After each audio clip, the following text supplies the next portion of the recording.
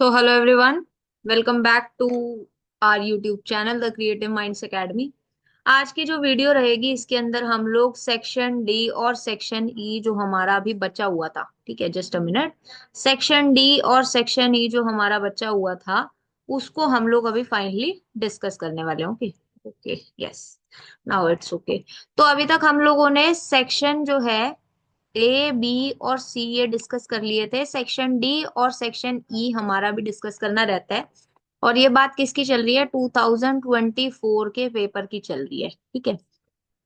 तो इसको अभी हम लोग डिस्कस करने वाले हैं। ओके, सबसे पहले अगर बात की जाए तो इस सेक्शन के अंदर आपको दो क्वेश्चंस देखने को मिलेंगे, 4 मार्क्स ईच। यानी कि ये जो सेक्शन हो जाता है this is of 8 marks total. ये जो है ये सेक्शन जो है वो आपको 8 मार्क्स का देखने को मिलेगा, ठीक है।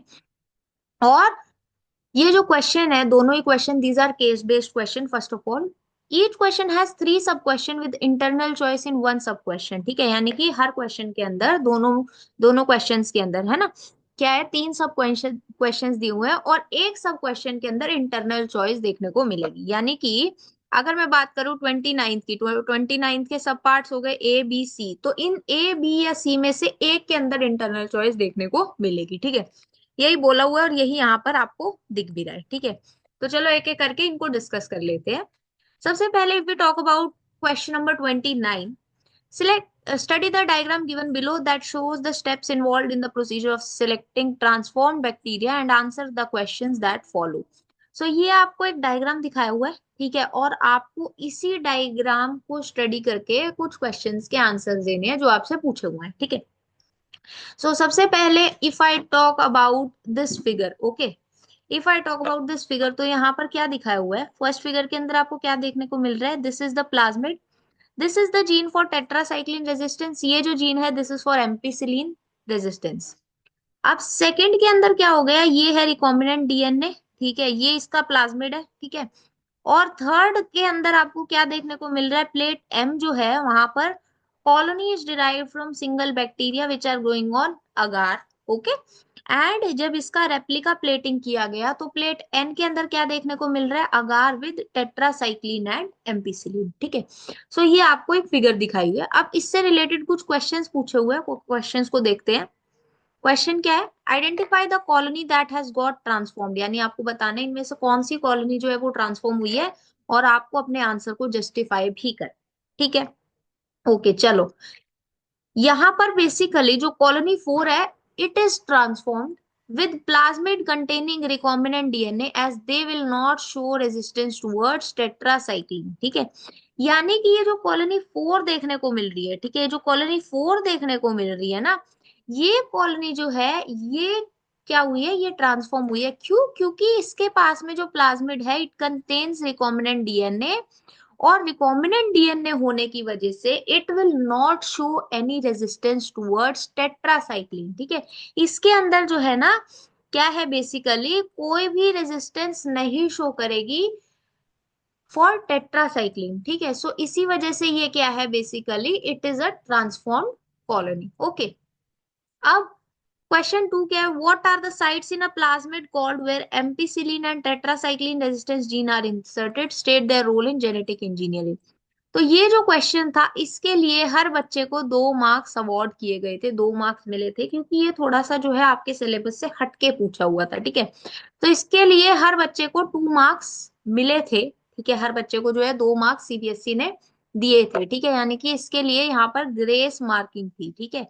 ग्रेस मार्किंग इस पार्ट के लिए देखने को मिली थी 2 मार्क्स की, ओके। यानी हर बच्चे को, किसी ने अटेम्प्ट किया या नहीं किया, हर बच्चे को 2 मार्क्स इस पार्ट के लिए मिले थे, ठीक है। कितने लकी थे ना बच्चे। Name two enzymes playing an important role in genetic engineering. आपको क्या बताना है? दो एंजाइम्स जो जेनेटिक इंजीनियरिंग के अंदर इंपॉर्टेंट रोल प्ले करते हैं, या फिर आपको बीटा गैलेक्टोसाइडेज का इंसर्शनल इनएक्टिवेशन के अंदर क्या रोल होता है वो बताना है। इन दोनों में से एक आपको आंसर करना है, ठीक है। दोनों के आंसर देख लेते हैं। सबसे पहले if we talk about genetic engineering, तो जेनेटिक इंजीनियरिंग के लिए restriction endonuclease important role play करता है, लाइगेज इंपॉर्टेंट रोल प्ले करता है, and Taq DNA polymerase important role play करता है। इनमें से कोई दो आप लिख के आएंगे आपको फुल मार्क्स मिलेंगे। Apart from this, insertional inactivation के अंदर क्या होता है? बेसिकली जिस जीन के अंदर जो है, ठीक है, जो बीटा गैलेक्टोसाइडेज है वो इंसर्शनल इनएक्टिवेशन के अंदर किस तरीके से काम करता है बेसिकली, क्या होता है वहां पर, इंसर्शनल एक्टिवेशन इनएक्टिवेशन जब किया जाता है ना उस जीन का विच इनकोड्स फॉर बीटा गैलेक्टोसाइडेज, तो उस केस में क्या देखने को मिलता है, जो कॉलोनीज देखने को मिलती है वो कलरलेस बैक्टीरियल कॉलोनीज देखने को मिलती है, ठीक है, और ये क्या होती है, रिकॉम्बिनेंट, ठीक है। यानी कि जो नॉर्मल कॉलोनीज होती है, ठीक है, नॉर्मल कॉलोनीज जो होती हैं या फिर जो नॉन रिकॉम्बिनेंट कॉलोनीज होती है, ठीक है, उनके अंदर क्या होता है basically, they are colored, okay, those colonies are colored, but जब इंसर्शनल इनएक्टिवेशन किया गया, जब इंसर्शनल इनएक्टिवेशन किया जाता है, सो इंसर्शनल इनएक्टिवेशन की वजह से क्या होता है, जो कॉलोनीज है, जो कॉलोनीज हैं वो कलरलेस फॉर्म होती है, कलरलेस कॉलोनीज का फॉर्मेशन वहां पर देखने को मिलता है, क्योंकि वहां पर क्या हो गया बेसिकली, क्या हुआ बेसिकली, इंसर्शनल इनएक्टिवेशन हो गया, और इंसर्शनल इनएक्टिवेशन किसकी वजह से हुआ, इंसर्शनल इनएक्टिवेशन जो देखने को मिलता है वो देखने को मिलता है बीटा गैलेक्टोसाइडेज की वजह से, ठीक है, यानी उस जीन की वजह से which encodes for beta galactosidase, okay. I hope यहाँ तक आपको समझ में आया, बहुत ही सिंपल क्वेश्चन था, ठीक है। थोड़ा सा क्या होता है, जो केस बेस्ड क्वेश्चंस होते हैं ना, ठीक है, केस बेस्ड जो क्वेश्चंस होते हैं उनके अंदर आपको थोड़ा सा सोचना पड़ता है, ठीक है, आप ऐसे ही आंसर नहीं कर सकते हो, थोड़ा सा वहां पर आपको सोचना पड़ेगा। कई बार क्या होता है, केस बेस्ड क्वेश्चन कुछ ज्यादा कॉम्प्लेक्स होते हैं, बट कुछ केसेस के अंदर वो उतने ज्यादा मुश्किल भी नहीं होते, ठीक है। बट ये है कि नॉर्मली क्या होगा, आप डायरेक्ट आंसर्स दे सकते हो, केस बेस्ड में आपको थोड़ा सा सोचना पड़ता है, okay.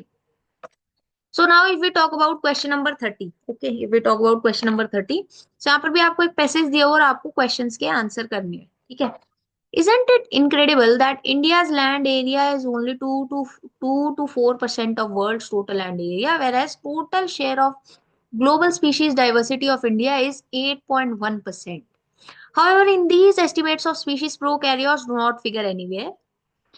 Biologists are always keen on collecting data with respect to species diversity observed in different regions of the world. The data collected based on survey conducted for species richness is shown in the bar given below. अब यहाँ पर क्या दिखा हुआ है, तीन different regions के अंदर स्पीशीज रिचनेस दिखाई हुई है, ठीक है। स्पीशीज रिचनेस की बात जो है वो बेसिकली इस ग्राफ की हेल्प से की हुई है।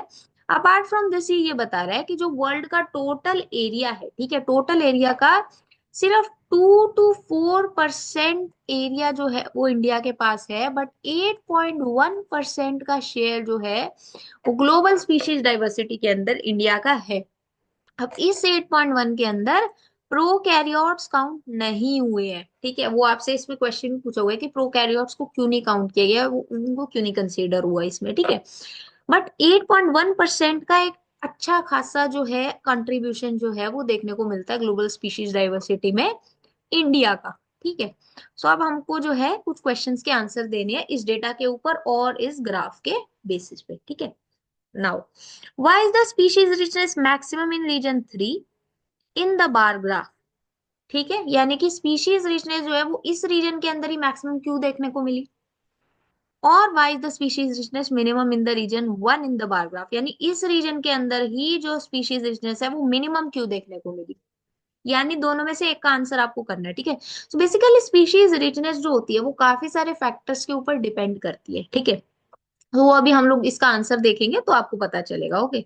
Now, if we talk about this region is less seasonal with constant and more predictable environment, more solar energy, so higher productivity and higher diversity.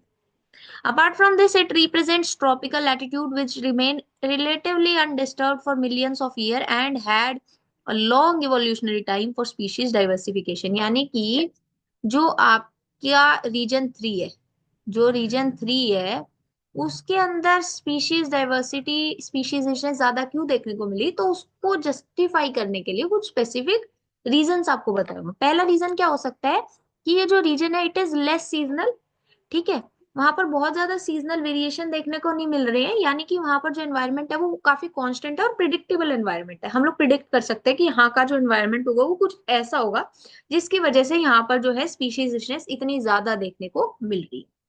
Apart from this यहाँ पर जो solar energy है वो ज्यादा फॉल कर रही होगी और इसी वजह से क्या हो जाता है, जो प्रोडक्टिविटी है, ठीक है, जो प्रोडक्टिविटी है वो क्या हो गई, इंक्रीज हो गई।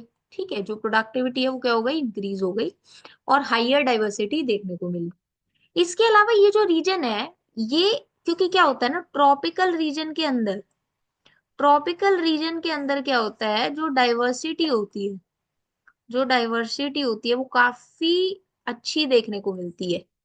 ठीक है, सो बेसिकली ये इसका मतलब हो सकता है ट्रॉपिकल लैटिट्यूड्स को क्या कर रहा हो, रिप्रेजेंट कर रहा हो, जहां पर क्या होता है बेसिकली, जो ट्रॉपिकल रीजन्स होते हैं ना, दे रिमेन रिलेटिवली अनडिस्टर्ब्ड। ठीक है, काफी टाइम तक अनडिस्टर्ब्ड रहते हैं, और इनके पास में जो ट्रॉपिकल रीजन्स थे ना, वहां पर जो इवोल्यूशनरी टाइम था वो काफी ज्यादा था। ठीक है, तो यानी जो स्पीशीज का डाइवर्सिफिकेशन था उसको काफी अच्छा खासा टाइम मिल गया, और जो स्पीशीज डाइवर्सिटी थी, जो स्पीशीज रिचनेस थी, वो क्या हो गई, बढ़ गई। ओके, अब रीजन वन की अगर बात की जाए, तो रीजन वन के अंदर मिनिमम देखने को मिल रही है, यानी कि हो सकता है वो टेम्परेट रीजन को क्या कर रहा हो, बेसिकली रिप्रेजेंट कर रहा हो, यानी कि वो सारे रीजन जो मैक्सिमम वाले के लिए दिए, उससे रिवर्स रीजन जो है वो मिनिमम डाइवर्सिटी के लिए हो जाएंगे। ठीक है, सब्जेक्टेड टू फ्रीक्वेंट ग्लेशिएशन होगा वहां पर, and lesser evolutionary time for species diversification, यानी कि टेम्परेट रीजन के अंदर जो स्पीशीज होती है उनको डाइवर्सिफाई करने के लिए थोड़ा कम टाइम मिला। Okay, they have more seasonal with less has more seasonal and less predictable and less constant environment,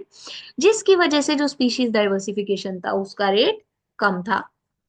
apart from this, temperate regions have lower solar energy available, जिसकी वजह से क्या होता है, प्रोडक्टिविटी क्या हो जाती है, कम हो जाती है, और इसी की वजह से जो डाइवर्सिटी है वो भी क्या हो जाती है, कम हो जाती है। ओके, आई होप यहाँ तक आपको समझ में आया। Now if we talk about the next question, तो यहाँ पे क्या है, plants and animals do not have uniform diversity in the world but show rather uneven distribution, mention what this kind of diversity is referred to as, यानी कि जो plants और animals होते हैं इनकी जो डाइवर्सिटी है वो वर्ल्ड के अंदर यूनिफॉर्म तो नहीं है ना, बट क्या होता है, अनइवनली प्लांट्स और एनिमल्स का डिस्ट्रीब्यूशन देखने को मिलता है in different regions of the world depending upon certain conditions. ठीक है, सो बेसिकली इस टाइप की डाइवर्सिटी को क्या बोला जाता है, इस टाइप की डाइवर्सिटी को बोला जाता है लैटिट्यूडनल ग्रेडियंट इन डाइवर्सिटी। ऐसे डाइवर्सिफिकेशन को क्या बोला जाता है, latitudinal gradient in diversity. This is important. Okay, now, if we talk about next question, why is it that prokaryotes do not have an estimated number of their species diversity as seen in plants and animals? ठीक है, यही आपको explain करना है, क्योंकि उन्होंने यहाँ पर बोला था in these estimate prokaryotes do not figure anywhere. अब वो यही पूछ रहा है कि प्रोकैरियोट्स का एक estimated number of species diversity क्यों नहीं है जैसे प्लांट्स और एनिमल्स का है। सो इसका क्या रीजन होता है, बेसिकली जो प्रोकैरियोट्स होते हैं, जो प्रोकैरियोट्स, अब ये पीके का मतलब यहाँ पर प्रोकैरियोट्स है। ओके, तो इनके अंदर माइक्रोब्स भी आते हैं, माइक्रो ऑर्गेनिजम्स भी आते हैं, और माइक्रोब्स का एग्जैक्ट नंबर बता पाना इज वेरी डिफिकल्ट। ठीक है, सो बेसिकली माइक्रोबियल कितनी स्पीशीज प्रेजेंट है उनका आइडेंटिफिकेशन कर पाना, उनका कैलकुलेशन कर पाना नंबर का, that is a very tedious task. ठीक है, काफी ज्यादा जो है ना वो मुश्किल टास्क है। ठीक है, सो इसी वजह से, और एक और रीजन क्या होता है, many species are not culturable under laboratory condition. कुछ जो स्पीशीज होती हैं प्रोकैरियोट्स की, उनको तो हम लोग लेबोरेटरी कंडीशन के अंदर कल्चर भी नहीं कर सकते। तो अब अगर उनको कल्चर नहीं कर सकते, या हमारे पास में उतने मेथड्स अवेलेबल नहीं है इस पॉइंट ऑफ टाइम पे कि हम लोग उनका एक एग्जैक्ट नंबर निकाल सके, सो इसी वजह से क्या है, बेसिकली प्रोकैरियोट्स का estimated number of species diversity देना प्लांट्स और एनिमल्स की तरह वो थोड़ा सा मुश्किल हो जाता है। Okay, so this is the answer of this question. Okay, I hope यहाँ तक आपको समझ में आया। इसी के साथ हमारा सेक्शन डी कंप्लीट हो गया। ओके, अगर आपको लग रहा है कि ये वीडियो काफी लेट आई लास्ट वीडियो से, सो बीच में हुआ ये कि मैं वीडियो ऑलरेडी एक बार रिकॉर्ड कर चुकी थी, बट आई डोंट नो क्या हुआ, वहां पर जो स्क्रीन है वो नहीं आई, और मेरी वीडियो आ रही थी और मैं उसको एक्सप्लेन कर रही थी। ठीक है, सो उसको अपलोड करने का कोई मतलब नहीं था, सो ये वीडियो आने में थोड़ा सा टाइम लग गया। Now we are moving towards the last section of this paper, जिसके अंदर आपको 3 क्वेश्चन देखने को मिलेंगे। हर क्वेश्चन के अंदर इंटरनल चॉइस है, और 5 मार्क्स का एक क्वेश्चन है, यानी section E is for 15 marks. ठीक है, तो इस हिसाब से जो सेक्शन हो जाता है ये काफी इंपॉर्टेंट सेक्शन हो जाता है। ठीक है, अब क्या होता है ना, कई बार क्या होता है जब इंटरनल चॉइस देखने को मिल रही होती है क्वेश्चन के अंदर, तो वहां पर कई बार ऐसे हो जाता है कि एक क्वेश्चन पार्ट्स में डिवाइडेड होता है, एक पूरा 5 मार्क्स में पूछ रखा होगा, ठीक है। जैसे में आप कोशिश किया करो जो पार्ट्स में है ना उसको आप आंसर करो। क्यों? क्योंकि मान लो आपको एक पार्ट नहीं आता, तो अब बाकी पार्ट्स अगर आपको आते हैं आप उनको अटेम्प्ट कर सकते हो। अब मान लो आपको नहीं आते बाकी पार्ट्स, तो उसका मैं कुछ नहीं बोल सकती, बट जनरली क्या होता है, मान लो एक पार्ट नहीं आता 1 मार्क्स या 2 मार्क्स का, तो आपको बाकी 3 मार्क्स आपको जो है आते हैं। बट मान लो वहीं पे आपसे पूछा हुआ है 5 मार्क्स का क्वेश्चन पूछा हुआ है, या फिर मान लो कोई आपसे पूछ लिया 4+1 के हिसाब से या 2+3 के हिसाब से, तो उस केस में क्या हो जाता है, या फिर पूरा 5 मार्क्स का ही पूछ लिया, ठीक है। तो उस केस में क्या हो जाता है, आपको कई बारी ना टीचर्स वहां पर थोड़ा सा ना मार्किंग में कई बारी वो कर लेते हैं, लाइक कुछ टीचर्स ना बहुत सोच समझ के मार्क्स देते हैं ऐसे में। बट मान लो जो पार्ट्स में क्वेश्चन है, तो आपको पता है अगर 1 मार्क्स में पूछा हुआ है तो इतना ही लिखना है और टीचर को मार्क्स देने पड़ेंगे। अब उनको भी पता है ना 1 मार्क्स में बच्चा और ज्यादा क्या लिखेगा। सो वहां पर थोड़ा सा ना अगर आप पार्ट्स वाले क्वेश्चन को अटेम्प्ट करते हो तो आपको थोड़ा सा बेनिफिट रहता है। Okay, this is a general thing जो आप लोगों को एग्जाम्स के लिए पता होनी चाहिए, ठीक है। ये कुछ चीजें जो होती है ना, ये आपको अपना स्कोर मैक्सिमाइज करने में हेल्प करती है एग्जाम्स के अंदर। ओके, तो चलो इसके ऊपर हम लोग सेपरेट वीडियो ला सकते हैं, बट अभी हम लोग इस सेक्शन को कंप्लीट कर लेते हैं। Now if we talk about question number 31, यानी सेक्शन ई के पहले क्वेश्चन की अगर बात की जाए, तो इसके अंदर अभी देखो क्या दिया हुआ है। फर्स्ट पार्ट क्या है, name and explain the property present in normal sales but is lost in cancerous cells. यानी कि ऐसी कौन सी प्रॉपर्टी होती है जो नॉर्मल सेल्स के अंदर प्रेजेंट होती है बट कैंसर सेल्स के अंदर एब्सेंट होती है। कौन सी प्रॉपर्टी होती है? That is contact inhibition. जो कैंसरस सेल्स बन जाते हैं वो क्या होता है, they lose the ability of contact inhibition. This is very very important. Okay, very very important point this is, इसको आपको याद रखना है, ठीक है। क्या होता है जब नॉर्मल सेल्स जो है they come in contact with other cells, it inhibits their uncontrolled growth. यानी कि जो जब नॉर्मल सेल्स जो होते हैं वो बाकी दूसरे सेल्स के कांटेक्ट में आते हैं, तो उनके अंदर क्या हो जाता है, जो अनकंट्रोल्ड ग्रोथ है, ठीक है, वो क्या हो जाती है, बेसिकली इनहिबिट हो जाती है, ठीक है। तो क्या हो जाती है, जो आ, उनकी अनकंट्रोल्ड ग्रोथ है वो क्या हो जाती है, इनहिबिट हो जाती है। ओके, और ये जो प्रॉपर्टी होती है कैंसरस सेल्स के अंदर नहीं होती। कैंसरस सेल्स जो है बेसिकली इस प्रॉपर्टी को लॉस कर चुके होते हैं। Okay, now if we talk about the next question, तो क्या पूछ रहा है, all normal human cells have genes that have may have become cancerous under certain conditions, name them and explain how. यानी कि जो नॉर्मल सेल्स होते हैं ना, हर नॉर्मल सेल्स के अंदर ऐसे जीन्स होते हैं, ठीक है, जो क्या होता है कुछ सर्टेन कंडीशंस के अंदर कैंसरस के अंदर कन्वर्ट हो जाते हैं, ठीक है। सो उन जीन्स को क्या बोला जाता है, ऑन्कोजीन्स बोला जाता है, प्रोटो ऑन्कोजीन्स, ठीक है। और वो कैसे बनते हैं वो आपको एक्सप्लेन करना है, ठीक है। क्या बोला जाता है ऐसे जीन्स को, सेल्यूलर ऑन्कोजीन्स, प्रोटो ऑन्कोजीन्स, ठीक है। अब ये कैसे बनते हैं, ये क्वेश्चन आपके लिए बहुत इंपॉर्टेंट है, ठीक है। इसको थोड़ा सा ना आप अच्छे से करके जाना। क्या होता है, when activated under certain conditions, जब कुछ सर्टेन कंडीशंस के अंदर क्या होता है, बेसिकली एक्टिवेशन होता है इनका, सो वहां पर क्या होता है, जो सेल्स है उनका ऑन्कोजेनिक ट्रांसफॉर्मेशन देखने को मिलता है, ठीक है। ऑन्कोजेनिक ट्रांसफॉर्मेशन देखने को मिलता है, ठीक है। यानी कि बेसिकली होता क्या है, वो क्या हो जाते हैं, कैंसरस सेल्स के अंदर कन्वर्ट हो जाते हैं। वो क्या हो जाते हैं, कैंसरस सेल्स के अंदर कन्वर्ट हो जाते हैं। Okay, now if we talk about question number third, part third. I hope यहाँ तक आपको समझ में आया। Now state the role of following techniques in detection and diagnosis of cancer. यानी बायोप्सी और हिस्टोपैथोलॉजी का क्या रोल होता है कैंसर की डिटेक्शन और डायग्नोसिस में, और एमआरआई यानी मैग्नेटिक रेजोनेंस इमेजिंग का क्या रोल होता है कैंसर की डिटेक्शन और डायग्नोसिस में, वो आपको बताना है। Now we talk about biopsy and histopathology. तो इसके अंदर क्या होता है, मान लो कि जो डॉक्टर है ना, उनको लग रहा है कि इस पर्टिकुलर ऑर्गन के अंदर इस पेशेंट को कैंसर हो सकता है। सो क्या किया जाता है, उस सस्पेक्टेड टिश्यू का थोड़ा सा पीस जो है वो वहां से कट किया जाएगा थिन सेक्शंस के अंदर, उसको स्टेन किया जाता है और उसको विजुअलाइज किया जाता है अंडर माइक्रोस्कोप आफ्टर स्टेनिंग, ठीक है। तो वहां पर क्या होता है, बेसिकली ये काम कौन करता है, पैथोलॉजिस्ट करता है, ठीक है। और यही देखा जाता है कि उस पर्टिकुलर टिश्यू को, जिसको जो सस्पेक्टेड टिश्यू पार्ट था है ना, उसके अंदर कहीं इंक्रीज्ड सेल काउंट्स तो नहीं देखने को मिल रहे हैं। नॉर्मल सेल काउंट से ज्यादा अगर देखने को मिल रहे होते हैं तो फिर बोला जाता है कि हाँ, इस जो पेशेंट है इसको जो है कैंसर यहाँ पर है। फिर उसके बाद में देखा जाता है कि कौन से स्टेज का कैंसर है। ओके। और एमआरआई में क्या होता है, it detects cancer of internal organ. MRI जो होता है वो इंटरनल ऑर्गन्स की कैंसर को डिटेक्ट करता है। किस तरीके से, एमआरआई के नाम से ही समझ में आ रहा है, मैग्नेटिक रेजोनेंस इमेजिंग। यानी कि क्या होता है basically, it uses strong magnetic field and non ionising radiation, जिसके थ्रू वो क्या करता है, पैथोलॉजिकल और फिजियोलॉजिकल चेंजेस जो होते हैं वो लिविंग टिश्यू के अंदर डिटेक्ट करता है। और उसके बाद में वहां पर पता चलता है कि इस पर्टिकुलर ऑर्गन के अंदर कहीं कैंसर तो नहीं है। ओके।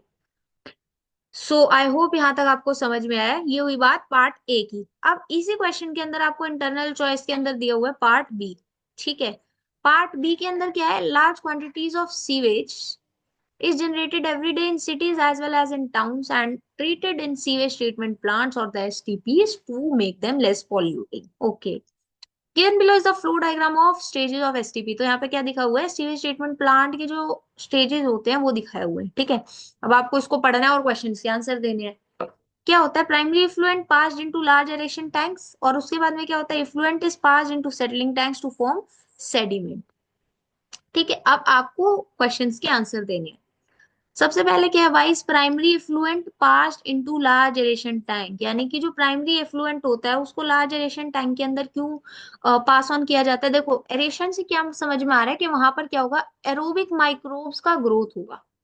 एरेशन टैंक्स के अंदर क्या होता है, एरोबिक माइक्रोब्स का ग्रोथ देखने को मिलता है और फंजाई के फ्लॉक्स देखने को मिलते हैं। ठीक है, मासेस जो है वो देखने को मिलते हैं, जिसकी वजह से क्या होता है, जो ऑर्गेनिक मैटर है उसका कंजम्पशन वहां पर हो जाता है इन एरोबिक माइक्रोब्स के थ्रू। और उसकी वजह से क्या होता है, जो बीओडी है वो रिड्यूस हो जाती है। ठीक है, बीओडी क्या हो जाती है, वो रिड्यूस हो जाती है। यानी कि वहां पर क्या हो जाता है, बेसिकली हम लोग एक और स्टेप आगे चले जाते हैं for the treatment of that waste water. ठीक है, क्यों, क्योंकि वहां पर क्या हो जाएगा, अभी बीओडी क्या हो जाएगी, कम हो जाएगी। यानी कि उसके अंदर जो है बेसिकली जो लेवल ऑफ पॉल्यूशन था उस पर्टिकुलर वेस्ट वाटर के अंदर वो क्या हो गया, अभी कम हो गया। ओके। आई होप यहाँ तक आपको समझ में आया। Now if we talk about part D, तो क्या हुआ है, what is the sediment formed refer to as. अब ये जो सेडिमेंट बना इसको क्या बोला जाता है और इसकी सिग्निफिकेंस क्या होती है। तो इसको क्या बोला जाता है, इसको बोला जाता है एक्टिवेटेड स्लज। जो सेडिमेंट फॉर्म होता है उसको बोला जाता है एक्टिवेटेड स्लज। और ये किस तरीके से यूज होता है, it is used as inoculum. Activated sludge जो होता है it is used as inoculum in aeration tank. इसी एरेशन टैंक्स के अंदर इसको इनोक्यूलम की तरह यूज किया जाता है। अब जैसे ही एज एन इनोक्यूलम ऐड होता है तो वहां पर क्या हो जाता है, बेसिकली एरेशन टैंक्स के अंदर एरोबिक माइक्रोब्स ग्रो होते हैं, फंजाई ग्रो होती है, फंजाई के फ्लॉक्स ग्रो होते हैं। और फिर क्या होता है बेसिकली, वो क्या करते हैं, आगे आने वाला जितना भी वेस्ट वाटर होगा उसके अंदर जितने भी एरोबिक माइक्रोब्स, जितने भी ऑर्गेनिक मैटर है उसको डाइजेस्ट करने का वहां पर काम करता है। ठीक है, और फिर से वही सेडिमेंट फॉर्म होगा। ठीक है, और वो एक्टिवेटेड स्लज जो है उसको इनोकुलम की तरह यूज किया जाएगा। So this cycle keeps on repeating itself. Okay. I hope यहाँ तक आपको समझ में आया। Now if we talk about part 3, तो क्या है, explain the final step in the settling tank before the treated effluent is released into water bodies। यानी कि जो प्राइमरी जो ट्रीटेड एफ्लुएंट है उसको वाटर बॉडीज में रिलीज करने से पहले जो फाइनल स्टेप होता है सेटलिंग टैंक के अंदर, वो क्या होता है। वो स्टेप क्या होता है, जो बैक्टीरियल फ्लॉक्स होते हैं they are allowed to sediment. ठीक है, उनको क्या, basically they are allowed to sediment. ठीक है, और उसके बाद में क्या किया जाता है, उसके बाद में ही कहीं वो जो ट्रीटेड एफ्लुएंट होता है that is release into water bodies. Okay. I hope यहाँ तक आपको समझ में आया। अब हम लोग बात करेंगे नेक्स्ट पार्ट की। ये जो थे 1 मार्क्स ईच का था एक पार्ट। ठीक है, सो आप लिख के आएंगे इतना, you will get full marks. Name any two organism commonly used as biofertilizer belonging to different kingdom. यानी आपको डिफरेंट किंगडम्स के माइक्रो ऑर्गेनिजम्स का नाम बताना है जिनको एज अ बायोफर्टिलाइजर यूज किया जाता है, और किस तरीके से एज अ बायोफर्टिलाइजर ये यूज किया जाता है आपको वो बताना है। सो अगर बात की जाए rhizobium, rhizobium is from kingdom bacteria. Okay, pro basically this live symbiotically in nodules of roots of leguminous plants and fix atmospheric nitrogen। यानी जो राइजोबियम होता है ये क्या करता है, नाइट्रोजन फिक्सेशन का काम करता है।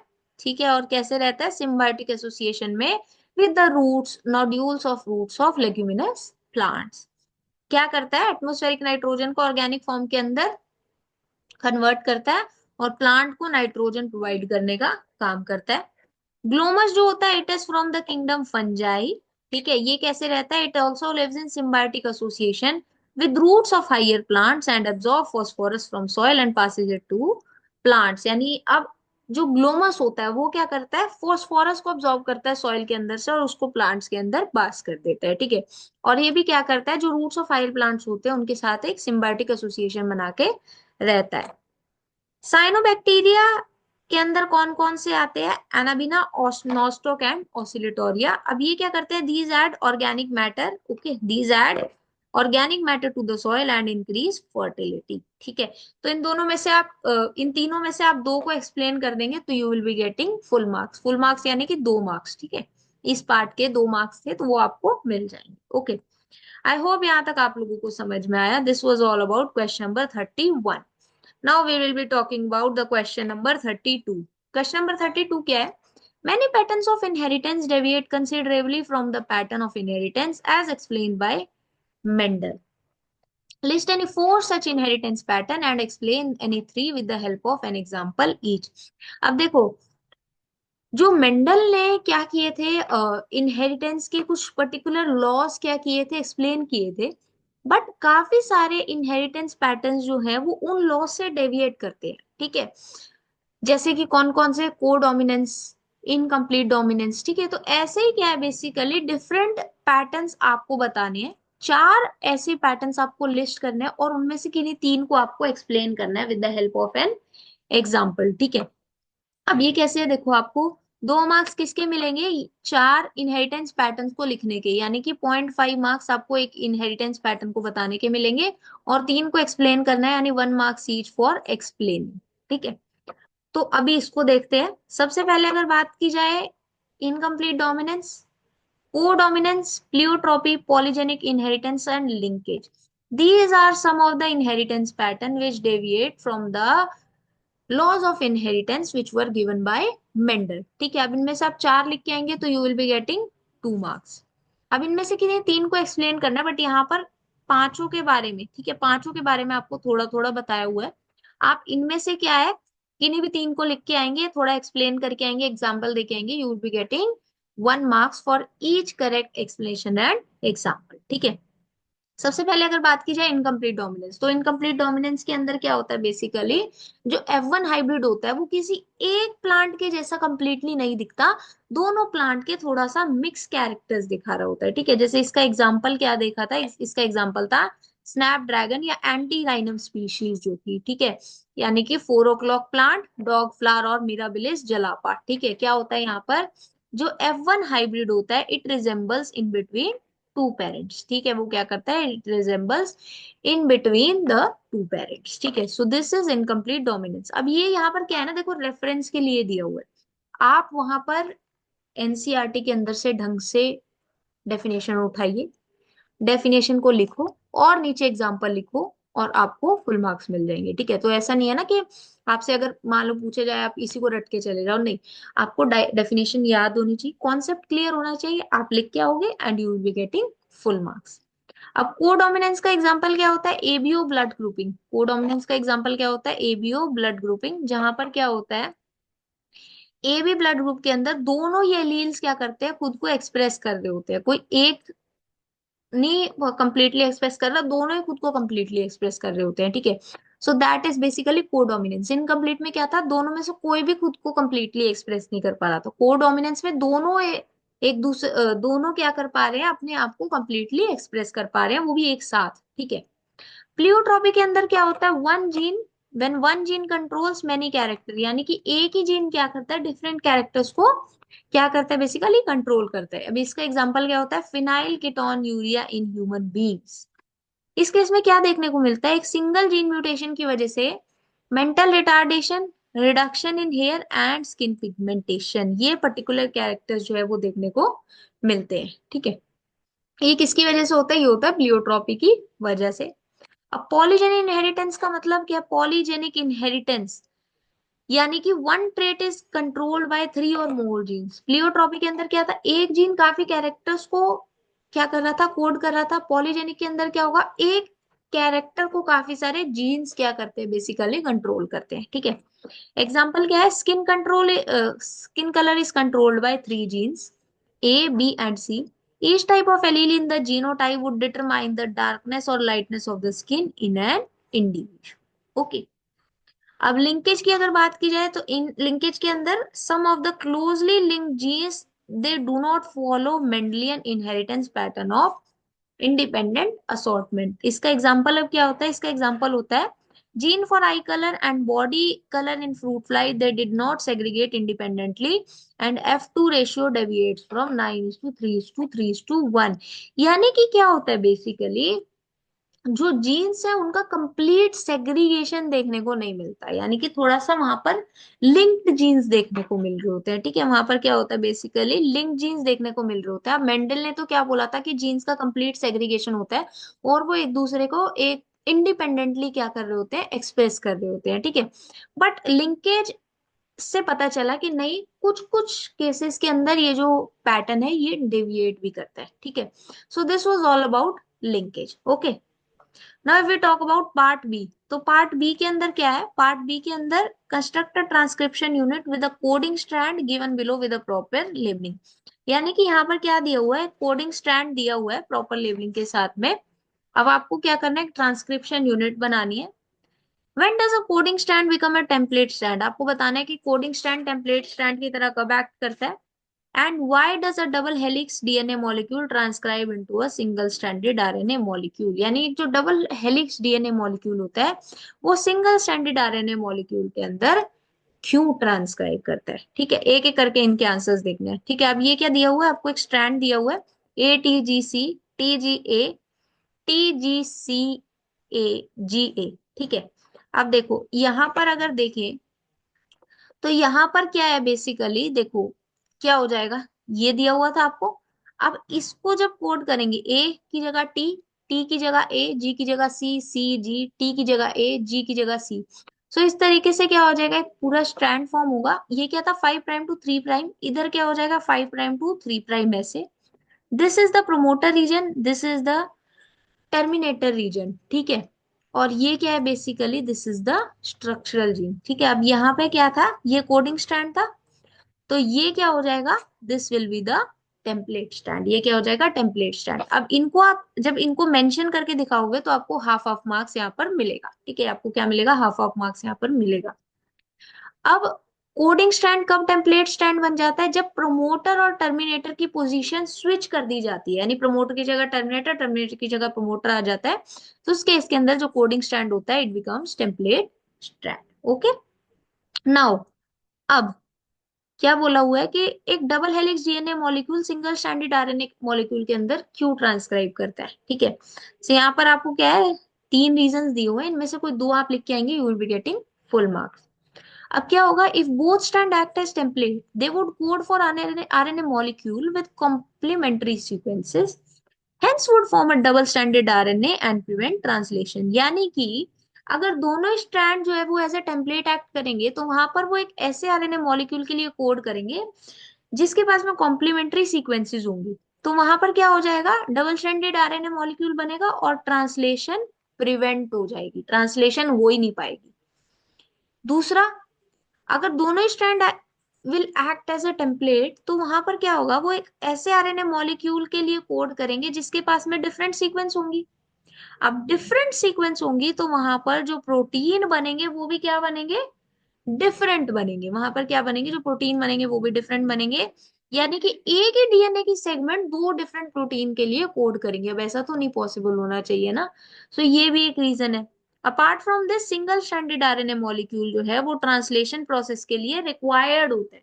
सो ये एक बहुत इंपॉर्टेंट रीजन है जिसकी वजह से क्या होता है, जो डबल स्ट्रैंडेड डीएनए मॉलिक्यूल है वो सिंगल स्ट्रैंडेड आरएनए मॉलिक्यूल के अंदर खुद को ट्रांसक्राइब करता है। ओके, आई होप यहाँ तक आपको समझ में आया।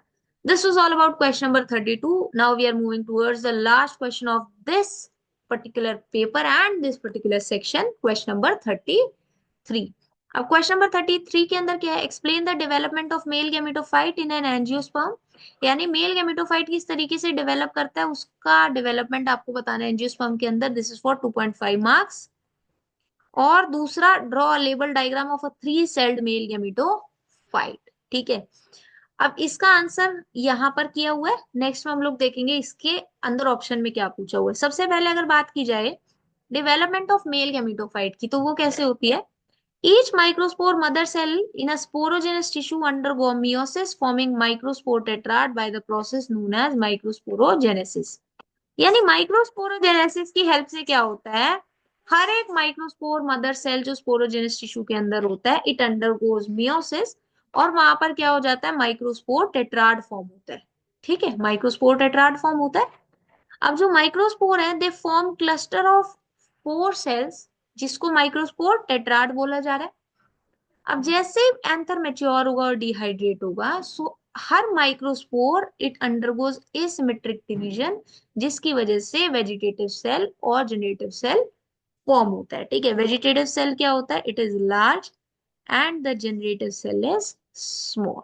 ठीक है, so this is about the development of male gametophyte. ठीक है, ये यहाँ पे इन्होंने थोड़ा सा शॉर्ट में दिया हुआ है, आप इसको थोड़ा सा और डिटेल में एक्सप्लेन कर सकते हैं, डायग्राम बना सकते हैं, और वहां पर आपको फुल मार्क्स मिल जाएंगे। ठीक है, अब अगर बात की जाए 3 सेल मेल गेमेटोफाइट की, ये जो आंसर्स दिए होते हैं ना, ये रेफरेंस के लिए होते हैं कि आपको इस तरीके से लिखना है, और अगर आप इतना लिख रहे हैं तो आपको मार्क्स मिल रहे हैं। ठीक है, तो ऐसा नहीं है टीचर्स बिल्कुल एग्जैक्ट इसी के तरीके से चेक करते हैं, ये कुछ कोड वर्ड्स होते हैं जो टीचर आपके आंसर्स के अंदर ढूंढ रहा होता है। ओके, अब ये क्या दिखाया हुआ है, 3 सेल मेल गेमेटोफाइट का डायग्राम दिखाया हुआ है, जहां पर this is the exine layer, this is germ pore, these are male gametes, this is the intine layer, and this is the vegetative cell. Okay, this is the vegetative cell. अब ये diagram आप बनाओगे यहाँ पर, क्योंकि मांगा ही diagram हुआ है, तो you will be getting full marks for the diagram. Now if we talk about the part B of this question, अब इसके अंदर क्या है, diagrammatic sexual view of ovary of human female ovary का डायग्राम बनाना है, एंड उसके अंदर आपको blood vessels, primary follicle, tertiary follicle और ओवम, इनको लेबल करना है। ठीक है, सबसे पहले डायग्राम देख लेते हैं। ये क्या है, ह्यूमन फीमेल ओवरी, जिसके अंदर ये blood vessels, this is the primary follicle, this is the tertiary follicle which is also showing antrum layer, and this is ovum. ठीक है, अब ये डायग्राम आप बनाओगे, you will be getting full marks. कितने मार्क्स का है, 2 मार्क्स का।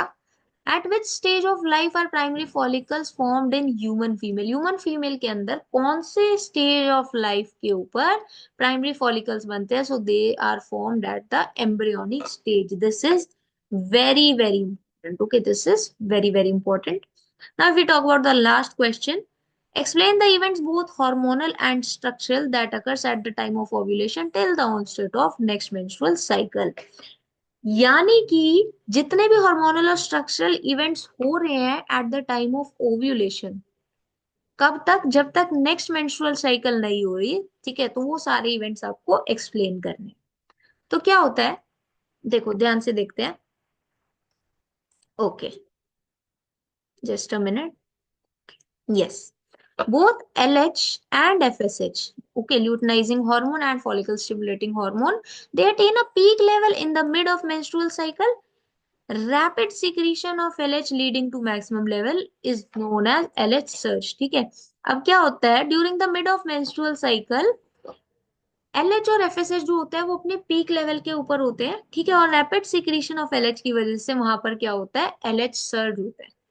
एलएच सर्ज की वजह से क्या होता है, it induce rupture of Graafian follicle, वहां पर जो ग्राफियन फॉलिकल होता है वो रप्चर हो जाता है, एंड वहां पर ओव्यूलेशन होता है। अब ओव्यूलेटरी फेज के बाद में होता है ल्यूटियल फेज। ठीक है, ovulatory phase is followed by luteal phase. अब ल्यूटियल फेज के दौरान क्या होता है, remaining parts of Graafian follicle they transformed as corpus luteum, वो क्या करते हैं, खुद को कॉर्पस ल्यूटियम के अंदर ट्रांसफॉर्म करते हैं।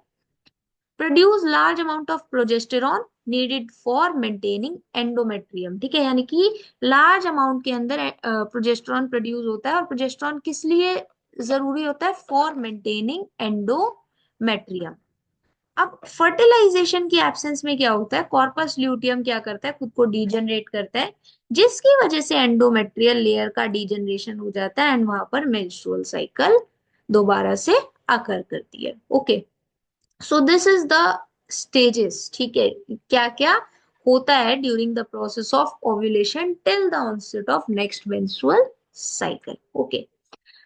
ओके, सो इसी के साथ में हम लोगों ने जो है 3 वीडियोस के अंदर इस पूरे क्वेश्चन पेपर को डिस्कस कर लिया। ठीक है, ये 2024 का पेपर था। नेक्स्ट जो हम लोग डिस्कस करेंगे वो हम लोग 2023 का क्वेश्चन पेपर डिस्कस करेंगे। आई होप आपको समझ में आया हो। ठीक है, आपको इंटरेस्टिंग लगा हो और आपको समझ में आया हो कि किस तरीके से आपको क्वेश्चंस को अटेम्प्ट करना है। अगर आपको ये वीडियो अच्छी लगी हो then please like the video, please share it with your friends, and अगर आपने अभी तक हमारे यूट्यूब चैनल को नहीं सब्सक्राइब किया हुआ है then please to subscribe to our YouTube channel. We will meet you with the next interesting video. Till then, keep learning.